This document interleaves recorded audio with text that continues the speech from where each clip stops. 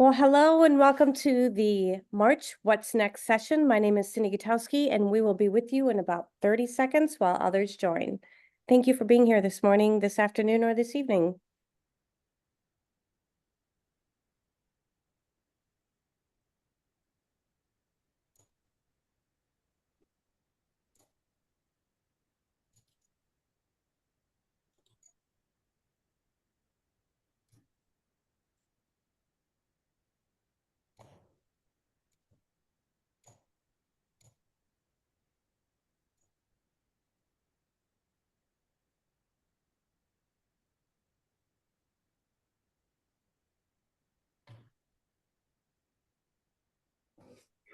All right, I think we're going to get started. So again, thank you for joining the What's Next webcast, the right stuff, the top priorities for the Department of Energy now that we're in the Trump administration version 2.0.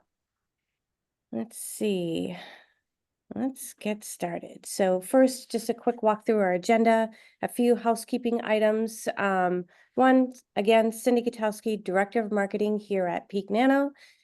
Today, I'm joined with Mike Human of Ignition Research, who's going to walk us through the 2025 Energy Outlook. I think we heard a little bit of it in December of 2024. He's got some new updated content for us, which we're really excited to hear about. And then we're going to be joined by Sean Walsh, who is the CRO of Peak Nano. Sean is going to walk us through the new Wright agenda that he's introduced at the beginning of the year. He's had some recent updates as recent as yesterday and some events. So look forward to us peeling back the top 10 strategies of the Department of Energy moving forward or for the next 4 years.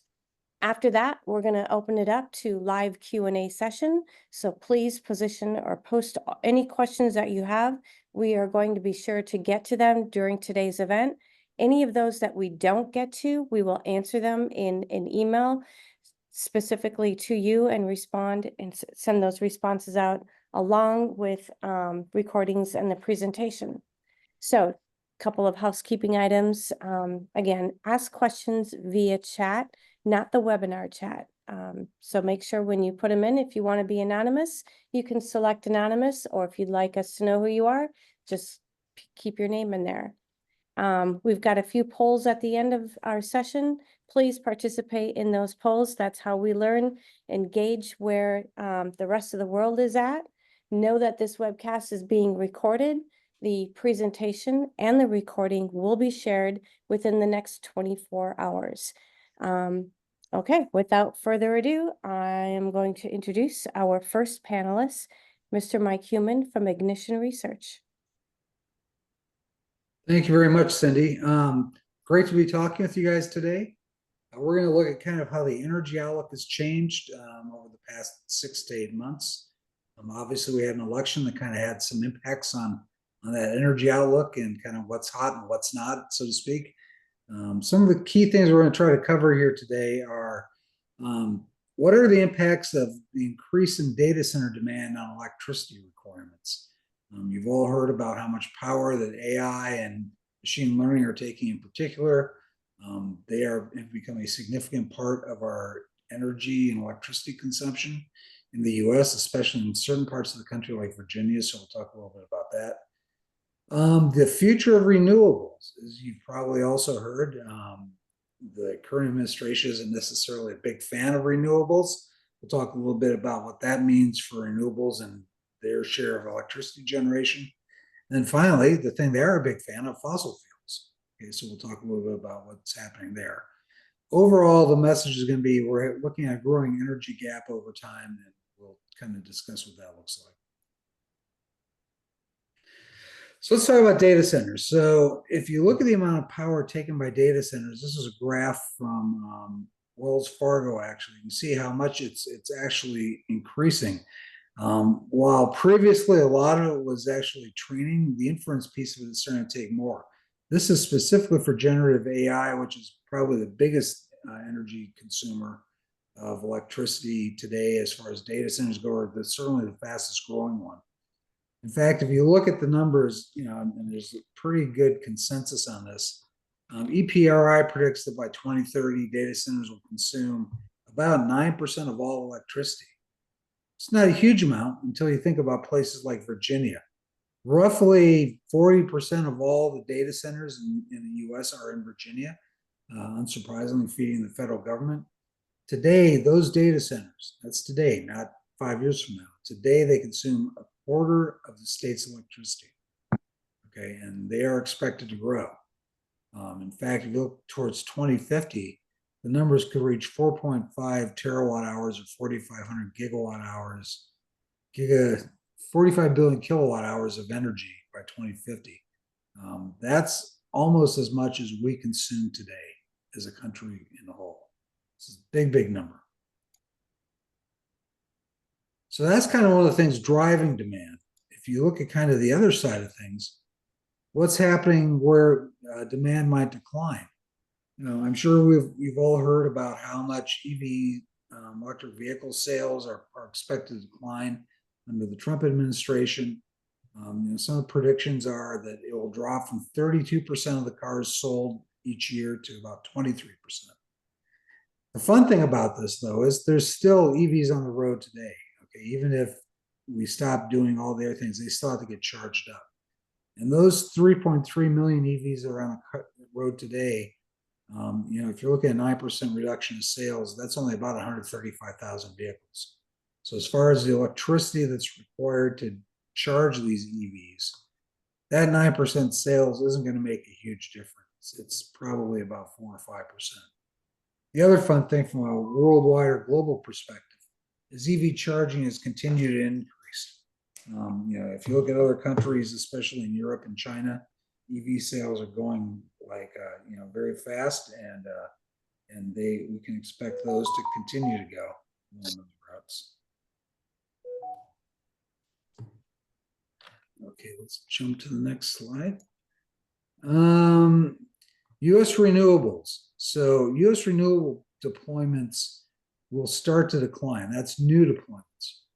So nobody's taking things offline. But if you look at wind is probably one of the most likely affected ones of all these. Trump's executive order put out is expected to reduce the amount of wind generation of electricity to less than 5 gigawatts from offshore wind power. That compares to roughly the previous goal in the previous administration was 30 gigawatts, and growing to 110.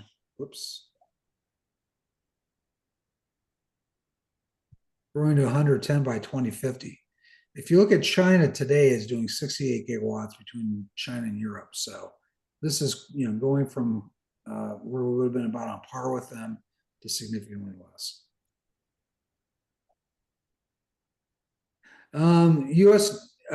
If you look at the other renewables that are likely to decline, solar side, the big news there is the elimination of the solar tax credit, which will certainly slow down residential solar projects. Now, given that the tax credit was part of the IRA bill from the previous Biden administration, that has to be changed by Congress. So today, there's a big expectation that solar residential deployments in the U.S. will probably increase in 2025 because the law won't be able to go into effect until 2026. But if you look at utility-based ones, it will have an impact there. One of the biggest things that's going to impact that is the tariffs on solar panels, especially Chinese ones. Chinese solar panels represent about 90% of all the solar panels. So that's going to have a big impact. The other one, and this is an important one, most of the utility-based solar deployments use battery storage to help provide power over the evenings when the sun's not shining and the panels aren't making energy. Batteries are also going to be affected by those tariffs. And also, one of the other things that's affected is there's been a number of fires in these battery farms, which tend to be uncontrollable. That's kind of turning some public opinions against deploying battery farms for solar. On the fossil fuel side, if you think about if we're taking things offline like wind and solar or not growing them, there's really only one power source in the short term that can replace those, and that is natural gas generated electricity. A natural gas plant takes about 18 months to build. That's pretty short as far as power plants go, And if there is a relaxation in permitting, that number will actually increase, or that time will decrease, I should say.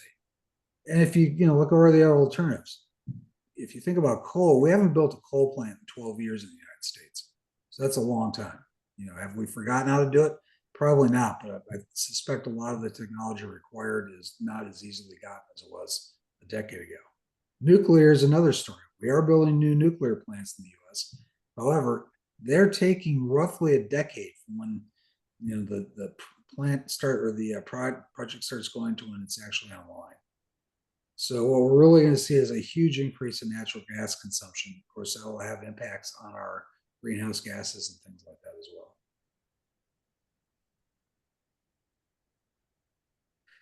The result of all this is the gap, the electricity gap, the difference between demand and generation is going to continue to grow. This is a model we've done at Ignition Research, kind of showing up on top what the demand is. The bar graphs are how much is being generated, and the gap between those two is this dotted red line. As you can see, in 2025, we're about even. Starting in 2030, we're going to actually be off by about 5% or so increase, 6%. As you go toward 2050, this number gets a lot larger. So, the real concern there is, what is the impact on the U.S. economy if we have rising energy prices and falling energy production? And with that, I'm going to hand it to Mr. Walsh. Thanks, Mike. All right. So this week is also CERAWeek, which is arguably the biggest energy conference that goes on each year. I'm sure there's a couple of international ones, but at least domestically, it's the big dog.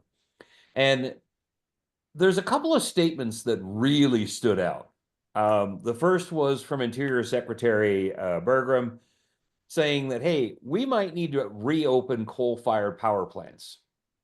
Now, we've spent most of the past decade shutting those things down, but there is a definite move to reignite those. Why? Demand.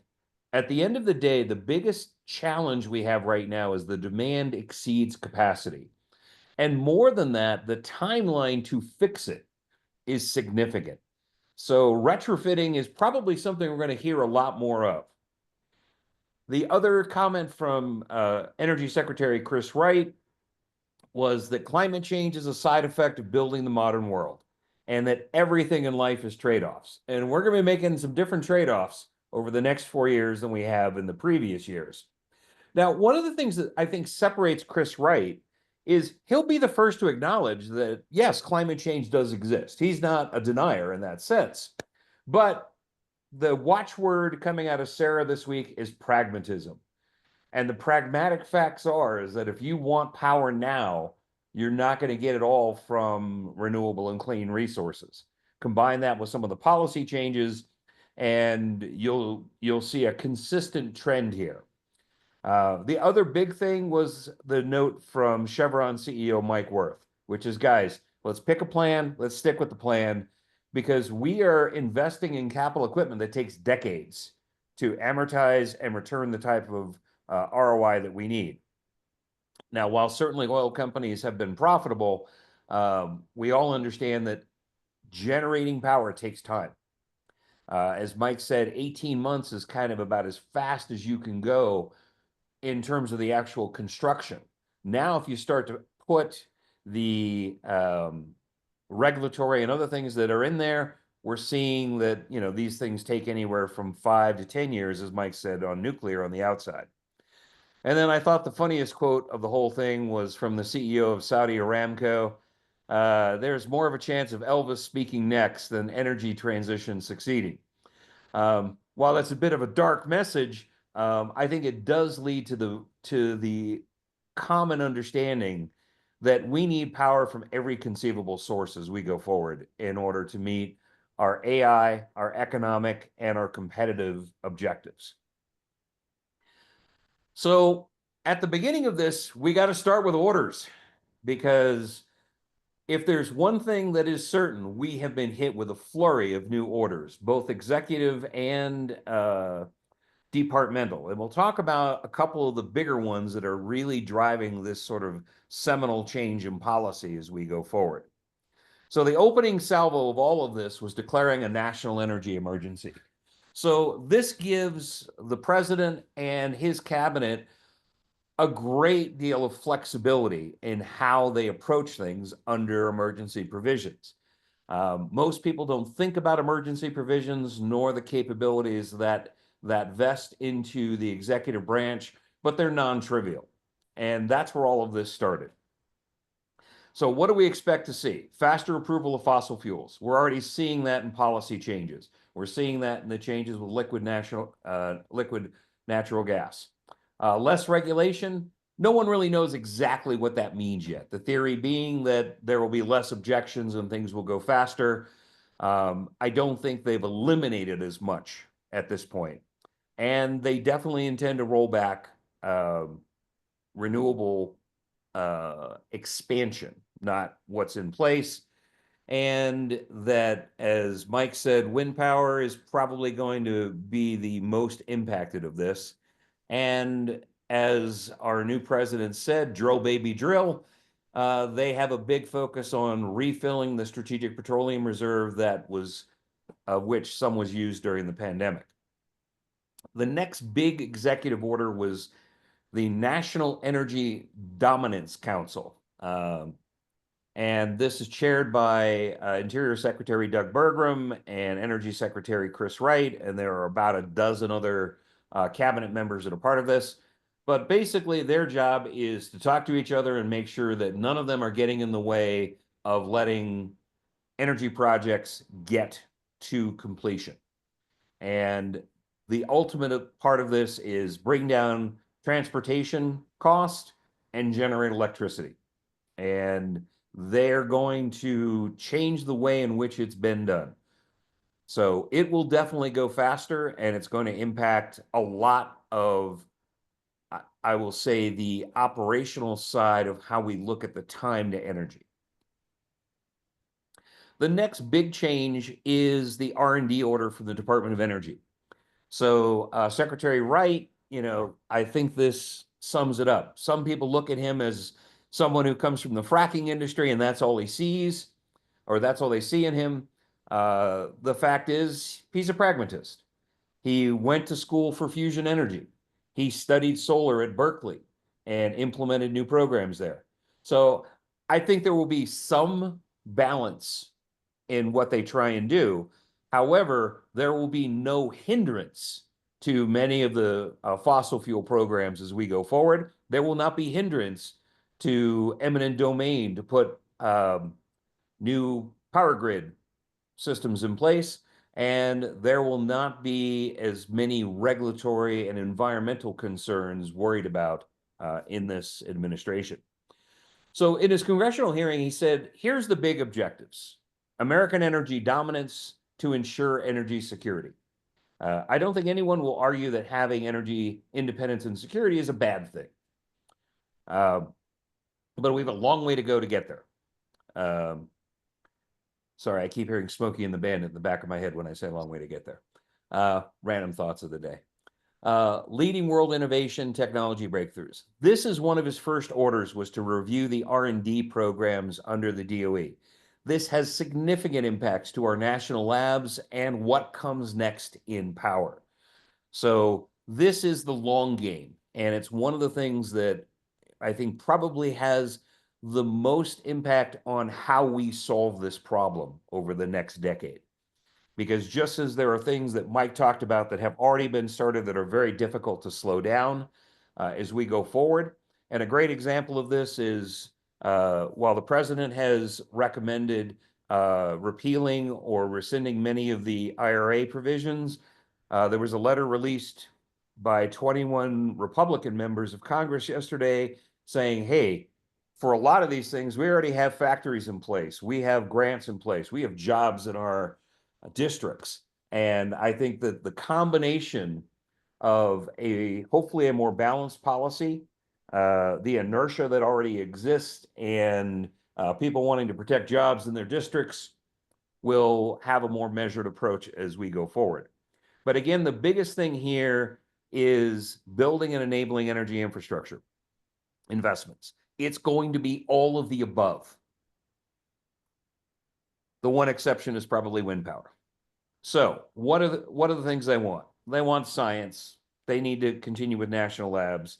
There's tremendous concern about cybersecurity in the grid as well. So it's not just technology and building, it's also security. And security means physical, it means cyber, and it means the ability to not be dependent on others.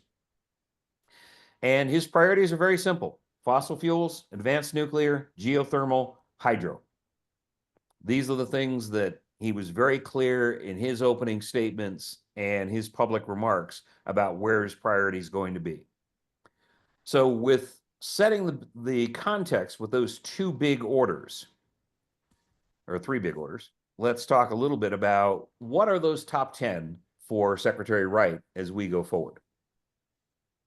So one of the things he said was advance energy addition, not subtraction. So this goes back to the opening comments that Mike said. They're probably not going to rip out a bunch of energy sources. They're going to add more, but they're going to be in those four categories that we just talked about. And the fifth investment one will probably be fusion, and we'll talk a little bit more about that. But again, when you talk about what does addition mean, it means adding new power now. And that's why those comments from Secretary Bergrum about resurrecting or restarting other types of fossil fuel-based systems are not just rhetoric. I think that they're much more likely the reality we'll be seeing. Then unleash American energy innovation. Great set of buzzwords. What does it mean? Well, basically what it means is we have a lot of fossil fuels, let's use them. We have next generation nuclear, let's accelerate it. Geothermal looks a lot like drilling, so they're probably going to do a lot more of that. And let's expand hydro where we can because it is relatively unimpacted by other sources outside of our nation. Now, where do they see investment? Well, nuclear fusion is one of the biggest areas that they see investment for the very simple facts that the materials can be created here. And that's true for any nation. But there will be a lot more focus on this. One of the other things is that tritium, which is critical to nuclear fusion, also gets produced in nuclear power plants as a byproduct of that. So the combination of those two, there's some good synergy between them. Next, you see investment in computing, high performance, quantum, and AI. And there's multiple dimensions when we talk about AI. The first is, if you want to protect the cyber aspects of this, you're going to have very, very good detection capabilities. And quantum computing is an order of magnitude higher capability than what we have with CPUs and GPUs today, which means it can crack passwords, it can crack codes much, much quicker. So you're going to need quantum computing and AI to respond fast enough to defend. Next, you're going to use AI to design. So improving nuclear systems, improving efficiency and scale of fossil fuels in the power grid. So one of the things we recently wrote a blog about was how solid state transformers can increase the efficiency of what comes out of existing power plants by 10 to 15%. And if you combine that with high frequency switching, high temperature capacitors, and you upgrade that grid infrastructure, even with just the existing power systems we have today, you could probably see a 10 to 15% improvement in the total usable capacity of electricity out of the grid. So you're going to see a combination of security, efficiency, and new design, all driven by AI. And that's why this combination of computing resources and AI is so critical. And I think that's where you're going to see the majority of the investment from the DOE as we go forward. Then nuclear renaissance. You know, for those of us who grew up in the 70s and lived through 3 Mile Island and then Chernobyl, you know, a lot of folks have kind of a negative perspective of nuclear. But you got to remember, that was technology that was designed in the 50s and 60s that was being implemented in that had issues in the 70s and 80s. This has come a long, long way. We see it in dozens of other countries in Europe. If you look at France, if you look at Slovakia, you look at Germany, there is tremendous power generation done very, very safely through nuclear. The other part is that fusion can help reprocess and de-risk the material used in nuclear. So again, another combination of where that R&D investment will pay dividends in the short term as well as the long term. So I think you're going to see this renaissance be long term. It'll be one of the pillars that we build next generation power systems around. Normalized natural liquid gas, liquid natural gas. I can say this. So that was put on pause during the Biden administration. That has already been lifted in the Trump administration. And we're going to see this be an area that will rapidly drive fossil fuel-based power generation, as well as exports that I think, given some of the current conditions in Europe and dependence on Russian supply, they're going to be looking forward to this capability and having more access to it. Streamlining permitting. Again, this is directly from the DOE stuff. Go faster. There's going to be some collateral damage in it, without a doubt, but it will go faster. And this will enable us to be more competitive and ultimately expand our capabilities. And again, I think you're going to see this mantra of the trade-off said over and over again from Secretary Wright. Then the next big thing is grid stability, scalability, and security. So I've touched on this a couple of times, but what does this mean? Well, it's one thing to generate power, but you got to deliver it. So how do you change what you need in order to deliver? So first, you want an infrastructure that can be much, much more granular. Today, we lose between 10 and 15% of the power created through generation, and through each step we go through, each type of transmission, each type of conversion, saps just a little bit off of it. So the more that we can make that system efficient, that's going to help. Second is using AI commodity trading. Today, if someone wants to buy 100 megawatts from a different power grid, that power grid typically has to allocate about 110 megawatts in order to ensure that, because they don't have the fine granular control.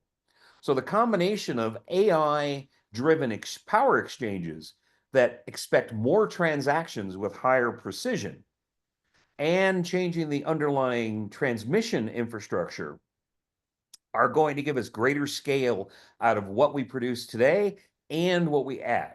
So there's a stack up combination effect. The next is you need more power lines, because if we're building more factories, we're building new homes, you have to put those power lines in. Now, a lot of that is moving underground, and underground helps improve stability because you're not as, you reduce the risk of weather, you reduce the risk of people hitting towers with sabotage. We saw that in North Carolina, where people were taking guns and just shooting power substations. A lot of that stuff goes away. It also helps with physical security of the equipment, makes it easier to maintain. So the combination of those, where you're reducing exposure to weather and other adverse conditions and people who would look to sabotage it, that's going to help the stability and scalability. And that also leads to security. So again, this combination of AI technology, advanced computing, and the ability to thwart different types of attacks and specific attacks that go after passwords and other access tools will go a long way in doing this. And again, this goes back to that national emergency order. That national emergency order authorizes many of the rules and regulations that we would normally follow to be disavowed. And when you don't have to follow them anymore, it goes faster. We can argue about whether that's good or bad, but that's the reality. That's the trade-off that is being made today. And then fusion energy. in the last 5 months, we have seen the Tennessee Valley Authority in Type 1 announce a new fusion-based power plant. We've seen Commonwealth Fusion and Dominion Energy announce that. We have seen Helion disclosing where they're looking at building their first, or I shouldn't, it's not the first plant, a candidate site for the first plant. There's a candidate site in Alameda County for Focused Fusion. Pacific Fusion is building them. So we're starting to see the transition from the national lab use of fusion as a technology developer, the prototypes that people had built now moving into the third stage, which is constructing electrons for the grid. And that is a huge difference in how people have been treating fusion. The joke has always been that it's X years away. But as Meatloaf said, things in the rearview mirror are much closer than they appear. So fusion is coming, and it's something that Secretary Wright, in his opening comments to the DOE, said, this is how and why I got into the energy space. So I think having an advocate that has a career that spans fusion from his university days to today is going to be a big help for us. Then AI. We talked a little bit about power and performance capabilities and requirements that AI brings. So there's the demand side of AI. As Mike said, 9%. One of the reports from Goldman Sachs said it could be even as high as 12% globally. Now, when you think about the fact that it was 1 or 2% for data centers a decade ago, incredible growth. And if there's one thing we've learned about power and energy, we tend to underestimate how much we need. Then from there, it's the performance we've talked about, the improvements, the design, the other pieces of it. But most importantly, it's the ability to compete against China. Nowhere else is the battle for global leadership going to play out than in AI. It drives communications. It drives medical research. It drives power and energy. It drives compute technology. It drives how the world will think and operate. And you cannot have industry and global leading AI without the power infrastructure to drive it. Bob Mumgard said at last year's Fusion Industry Association meeting that there's only going to be 3 industries left: AI, creativity, and power. And so far, we're seeing that prognostication play out as we go forward. And then, unfortunately, the wind is going to keep blowing, but renewables are going to roll back. The decision's made. Whether you like it or don't is your choice, but get comfortable with it because it ain't going to change for the next 4 years. So we are not going to see the same investment here. It's going to be those big 4 things that we talked about: fossil fuels, nuclear, geothermal, hydro, and fusion going forward as the new source as we drive things forward. So buckle up, because that's what's going to change. And then I couldn't resist. Oh, Canada, 25% hikes on power to many of our states. But don't forget, it's really China.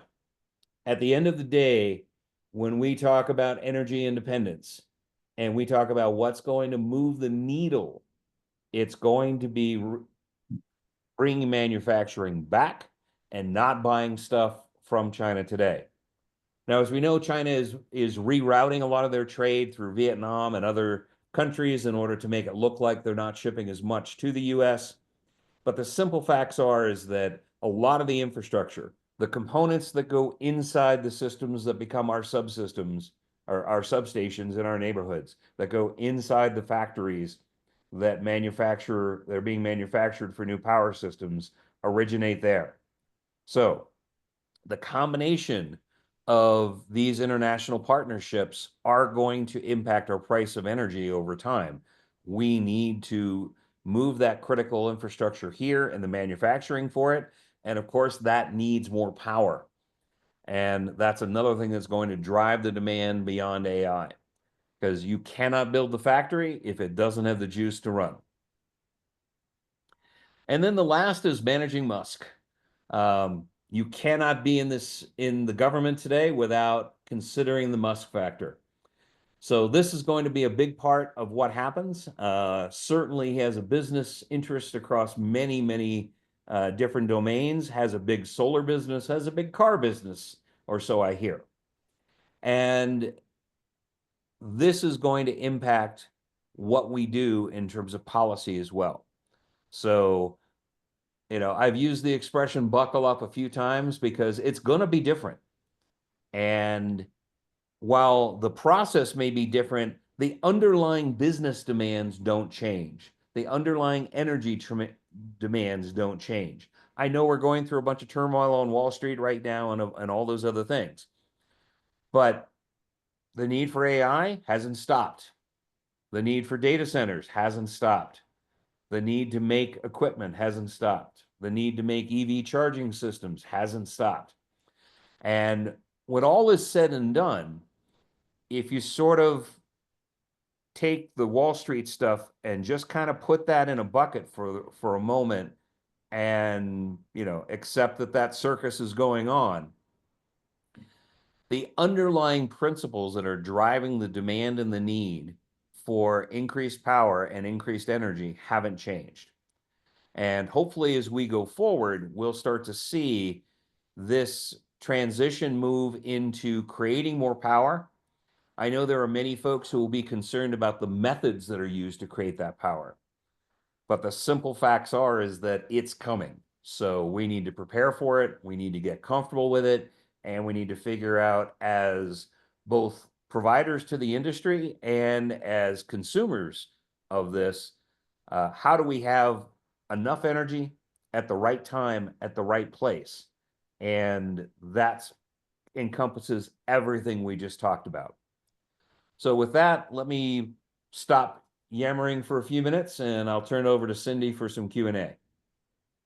Awesome, Mike, Sean, thank you both very much for that preview, peeling back the layers of Wright strategy and all of the background information that you've shared. We've got quite a few questions in the queue, and if you haven't submitted your question yet, please do so in the Q&A, and we're going to get through them. Meanwhile, we're going to submit some polls as well, so please participate in them. Our first question comes from James Soltis. How does the tariff whiplash we're seeing impact moving forward with efficient technology development? What I mean is developing technology that helps make power production efficient regardless of the power source. Well, I think as Sean said, regardless of the tariffs, and regardless of what technologies for energy production are in the vogue today or not, I think you're going to see companies both on the production side and on the consumption side continue to look at ways to improve the efficiencies of what they're doing. And we've seen that in consumer electronics for decades. We've seen that in vehicles, whether they're internal combustion or electric vehicles or whatever else. The same thing's going to happen on the production side, and actually is. In fact, there's a lot of people that believe that AI will be one of the big contributors to improving that efficiency, which is good because it's going to need it to help generate power AI requires. Yeah, I think I'd add a couple of things on that. Tariff whiplash doesn't help. Okay, I mean, I don't think anyone's going to tell you that makes things easier for us. However, at the moment that exists, so we got to do what we can with it. The second part is that the theory of operation behind this is, as most of you know, is if you have higher tariffs, it forces people to manufacture domestically. Now, there are pros and cons on both sides of that debate. But what I do know is that if we want to ever have that degree of energy independence, we are going to have to start at some point in time. And that point in time needs to be now. There are three technologies that are coming along. If you look at natural gas, you look at nuclear, and you look at fusion, those are three areas that we need to lead and be manufacturing systems for. And we can argue about whether it's the right way or the wrong way to go about it. But if we start doing it, that's kind of all that matters in my current opinion of things. The analogy I use in my head is it's sort of like, you got a wedding in 6 months, you want to fit into the pants you did in high school, you got to start in advance of the goal. And right now we have a goal for achieving a degree of energy independence and supporting power needs for AI and other forms of industry. And we got to start now, because if you don't go to the gym now, you're never going to fit in those pants later. Spring's coming, right? Okay, Spring is coming. that's right. All right, our next inquiry comes from Stanley Widener. What about fusion by 2050? Well, I'll jump on that hand grenade. So, Ignition Research, we're a big believer in fusion energy. In fact, that's kind of what the company was built around doing research in. Our guess is that we're going to start seeing demo power plants toward the end of this decade. You're going to actually see power on the grid from fusion in the mid 2030s. That said, if you look at a lot of the government forecasts or even international forecasts from EIA or the IEA, they don't include fusion in those forecasts, which is why it wasn't included in our charts in the one I showed. We actually believe fusion will be a big part of the energy picture as we approach 2050, potentially reaching up to 20% of all generated power worldwide. Yeah, I guess the only other thing I would add is if you look at the folks who have started grid level power plants for fusion, Type 1 in the TVA, Dominion and CFS, and STEP in Tokamak in the UK. You look at what Helion has announced with Microsoft and Nucor. Those will be more dedicated systems than direct power on the grid. I do think it's going to happen before 2050. If you believe the latest poll from the Fusion X conference, 2036 seemed to be the date that people voted for. So, all I can say is these guys are betting billions of dollars of investor money on this. So I have a feeling they wouldn't be doing that if they didn't think they were going to get there. Okay. Our next input comes from Romy Mahajan. It's a comment. Well presented, gentlemen, and articulated. I enjoyed the fusion part. What I don't think is right, though, is to do with the US versus China thing. The whole world needs fusion, and science has a university that is beautiful. Just an inquiry or a thought to pass along. I mean, look, I will be the first to admit, I really genuinely hope that we take advantage of the technology of fusion to have a much greater global impact. There are places in Africa, Cisco put this out a few years back, where they bring cell phones to a person who sits on a bicycle and they pedal to charge the phones for the next day. But they don't have running water, but they have cell phones and a guy on a bike. We have people who live in unsanitary conditions from one corner of the world to the other, while other parts of society have incredible luxuries and capabilities. And I really, really hope we do find a way to take care of the rest of the people that live on this planet and do it in such a way that it's beneficial to them and it doesn't destroy the lands in which they live. Unfortunately, those aren't the investors who have put up the money to build the fusion plants. We do live in a political world, and right now there is an absolute race across multiple industries and technologies. I wish that it were a little more altruistic. I'm hoping that by virtue of having success with the development work that we get to the altruistic phase. But that's still an ambition, not a fact at the moment. Yeah, I would agree. I mean, if you look at any of the industries where we've had rapid changes and new innovations, those are mostly fueled by, for lack of a better word, I'll channel Gordon Gekko. They're fueled by greed. And it's not a bad thing necessarily. We've gotten a lot of benefits out of those, but fusion is definitely a highly competitive marketplace, and not just between the nations, but between companies.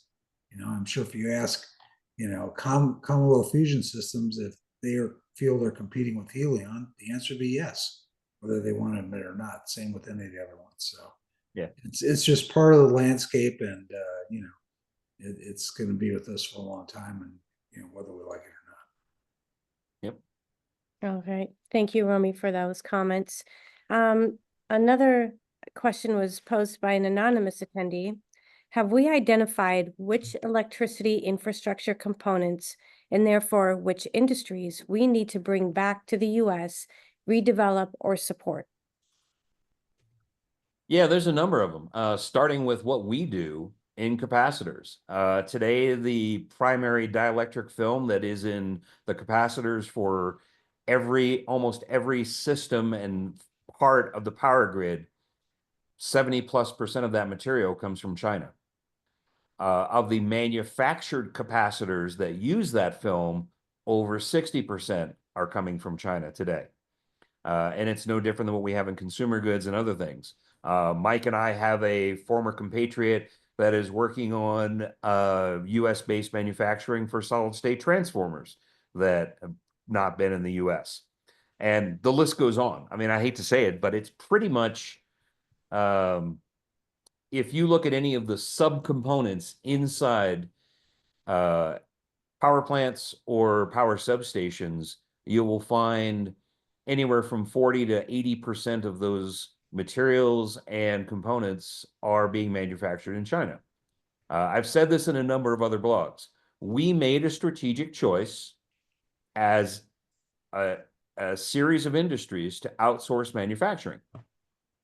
And we did that over a 30-year period. And we are going to have to have some shorter period to reshore some of those things. But, that's just a very, very tiny sample. Mike, you may have other examples that you want to throw out there. Yeah, I agree. And I think if you look at it, a lot of this is really kind of a natural progression. If you think about 200 years ago, clothing was made in the United States, and shoes and things like that. If you look at the things you're wearing today, the likelihood that much of it was made in the US is probably incredibly low. TVs was something that the US dominated. We invented them. And by the 1970s, we were pretty much out of that market and taken over by companies like Sony and Panasonic, and later on by Samsung, who dominates it today. It's just kind of the way things go. And it's if you look at solar, it's the same way today. China builds 90% of all the solar panels that are out there. So it's one of those things that it's an easy trap to fall into with offshoring, because it costs less in the short term, but in the long term, it definitely has its disadvantages as far as self-sufficiency and competitiveness go. Yeah. And then Cindy, I want to jump on the next question here that the anonymous attendee put in about energy efficiency in buildings and industry and all that. And so again, I don't mean to use this as a commercial, but the film material that we make, one of the other applications for it is for building insulation. You can literally wrap a building in it and reduce the amount of energy that gets out, the amount of energy that gets in. It protects ultraviolet, all those other things. But the point being that, yes, as we look at the consumption of power, The generation of power has to be more efficient, the transmission has to be more efficient, and the use and consumption has to be more efficient. And, one of the other questions that was earlier was asking about, hey, isn't this like going to get a car from the junkyard in the 70s? Now, for the rest of the folks on the call who know me, I've spent a lot of time resurrecting cars from the junkyards in the 70s, but not for the good energy efficient reasons that people would mention. But we are going to have a combination where we will have power generation that is less efficient, without a doubt. We will start to make choices that are not optimal, but provide addition. We can argue about whether that choice is good or bad, but the simple facts is that this administration is going to enable those choices. Now, as we go forward, hopefully we will have smarter things like fusion energy that phase those things back out again. We will have next generation nuclear that has the right modern security and safety mechanisms to do this. We will be more efficient in what we do with fossil fuels as we go forward, because there is a lot of liquid natural gas that we can use. But this is going to be a series of compromises along the way. No one's going to be happy about everything that's done here. It's one of the reasons that Peak is so vested in making fusion energy happen, because it is one of the technologies that would enable this to scale, be placed at the right time and source, do it in a relatively environmentally friendly way, and hopefully have the scale and efficiency to provide power everywhere at a very moderate cost. Now, we still got a lot of work to do there. Okay, we haven't proven that it's going to be moderate cost yet, but that's the ambition. Awesome. Thank you, Sean and Mike. I have one more question to get to. Before we do, I just want to say thank you to everybody for participating in the poll. It's still up if you haven't yet. The next question comes from Ruben Fair. You have estimated a 6% energy gap by about 2030. Does your chart have sufficient granularity to show how this gap might grow over the next 4 years? And is there a plan to bridge this gap, seeing as we are reducing solar and wind production? Great question. It still has to be seen, I think, with given the changes in policies going on, exactly what will happen there. I think if you look at solar, for instance, there's one thing that you can deploy faster than natural gas plants. It's solar farms. And as Sean said, there's a lot of congressmen who are saying, even Republicans saying, I don't want solar to go away because I got jobs in my district that come from that. So that might be one answer. But I guess to answer your question a little more succinctly, I think that what we're going to see is, increases and other things that are going to close that gap. If the demand's there, people are going to generate the electricity because it's going to become more valuable to them to do so. A plant that, say a coal plant, use the argument that we closed 5 years ago because it wasn't economically viable, maybe 5 years from now. So it's hard to see how the market will react to that. Mike, there's one other question about the energy gap here from Ruben. You've estimated 6% of the energy gap by about 2030. Does your chart have sufficient granularity to show how the gap might grow over the next 4 years? And is there a plan to bridge the gap, seeing as we are reducing solar wind? I guess the question I want to ask you off of that question is, what is, as you said, solar is one of the fastest ways to deploy technology today. They can resurrect old systems, which, or old plants, which could help. You and I have both talked about liquid natural gas being the fastest of the fossil fuel ones. How big is that gap, and how many plants would it take, in your estimate, to fill it? Good question. I'm gonna have to do the math off the top of my head on this one, but I'll give it a shot. So We're somewhere around 50 billion kilowatt hours of consumption today. So 6% of that would be about 3 billion kilowatt hours. If you assume the average plant, 1 gigawatt plant can generate about 8 gigawatt hours of electricity per year, given standard on-off and maintenance cycles. You get to the point where you say, okay, yeah, it's not thousands of plants. It's probably more like hundreds. Yeah. So I think the answer is there's a capability to close the gap. I can't speak to a specific plan yet.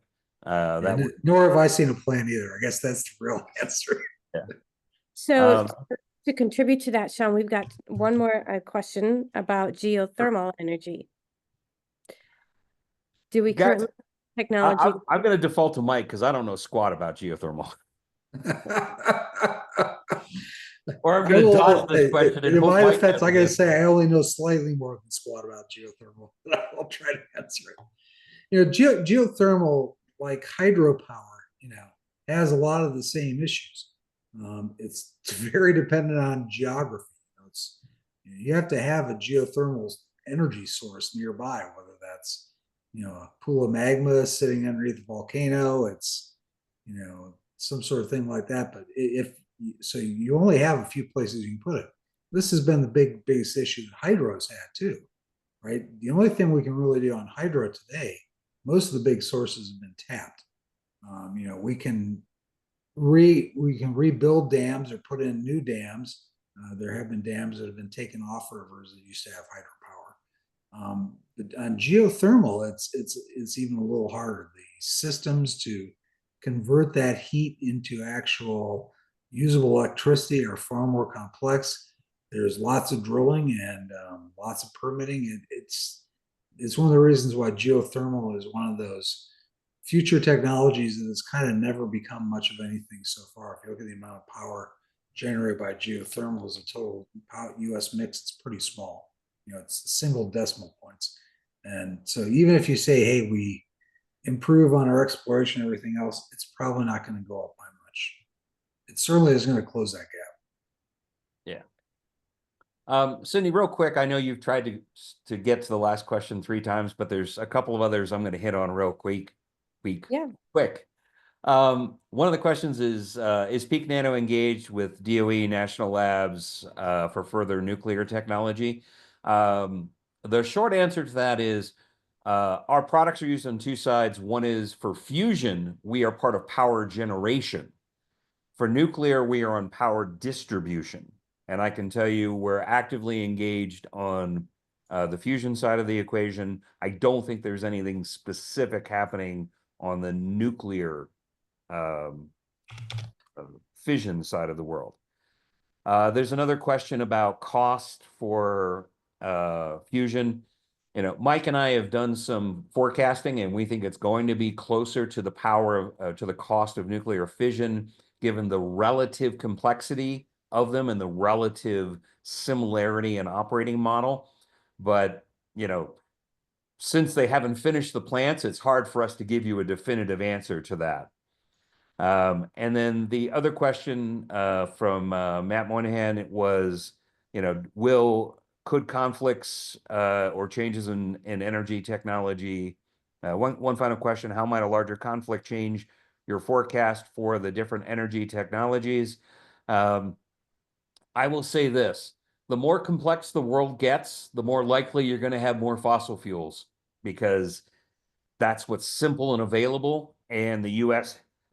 excuse me, has a ton of it. May not be the most efficient model we use, but they'll definitely do it. There was an article in the Financial Times about Russia and China buying up most of the uranium production in Kazakhstan a few weeks back. So there is definitely a uranium issue. We depend on Canada for a lot of that. Let's just say we're fighting in the family a bit right now, so that could be a problem for us. So all I can say is if things do get more complex in the world, we'll see more fossil fuel. I do think we'll see fusion accelerate because that's something we can control of our own. And nuclear may, and some of the others, the supply chain is not in favor of US natives, so that might make it more complex. So with that, I know we're at the top of the hour and I should stop. We are at the top of the hour. I just want to say thank you, everyone, for joining. Mike, Sean, thank you again for another wonderful session. April 22nd, we are going to go into grid stability and scalability. So join us then. If you want to participate, we welcome panelists on our session. We are here every month. We look forward to seeing you again. This recording will be shared to you within 24 hours, along with the presentation and poll responses. Mike, Sean, thank you. Thank you, everybody. It's great talking to you. Bye-bye.